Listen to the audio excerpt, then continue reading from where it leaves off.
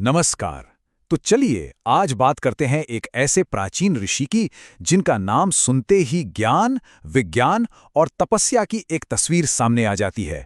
ये हैं महर्षि भारद्वाज, हमारी सनातन परंपरा के सबसे प्रभावशाली और पूजनीय ऋषियों में से एक।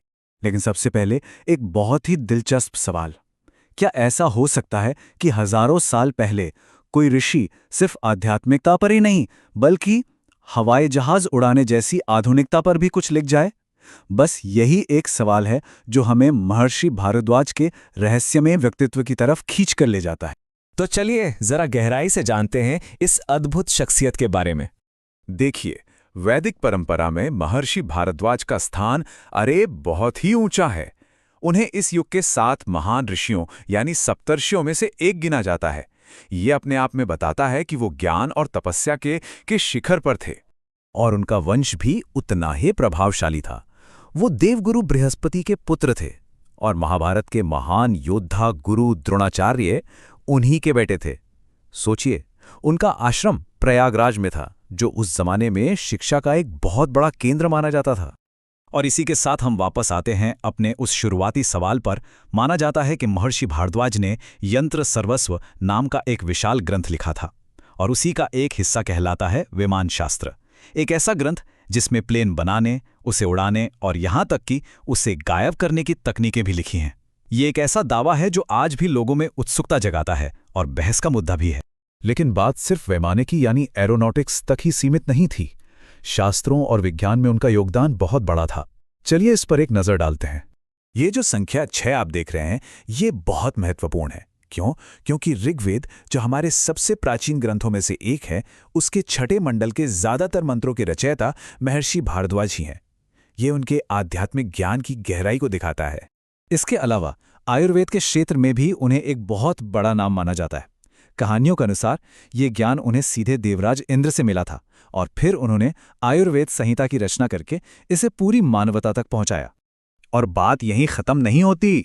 उन्होंने अस्त्र शस्त्र की विद्या पर धनुर्वेद नाम का ग्रंथ भी लिखा। इससे पता चलता है कि वो आध्यात्मिकता के साथ साथ भौतिक और सामरिक विज्ञान मतलब मार्शल साइंस में भी कितने माहिर थे। चलिए अब आगे बढ़ते हैं और देखते हैं कि हमारे 2 महान महाकाव्यों रामायण और महाभारत में उनकी भूमिका कितनी महत्वपूर्ण थी। रामायण काल में तो उनका रोल बहुत ही खास था।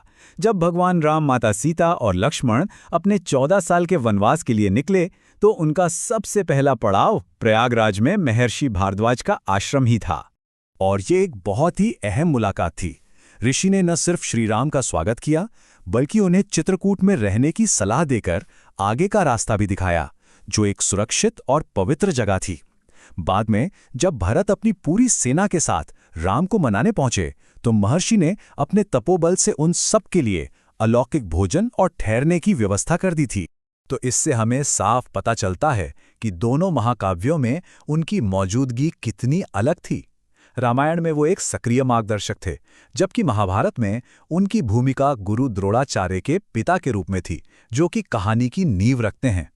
तो इन सारी बातों को अगर एक साथ जोड़कर देखें, तो उनके जीवन और उनकी विरासत के बारे में क्या निष्कर्ष निकलता है? ये जो कथन है, ये उनके जीवन का पूरा सार है।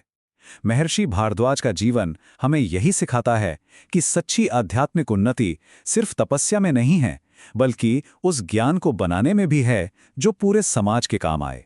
सीधे सीधे कहें तो उनकी विरासत संतुलन की विरासत है।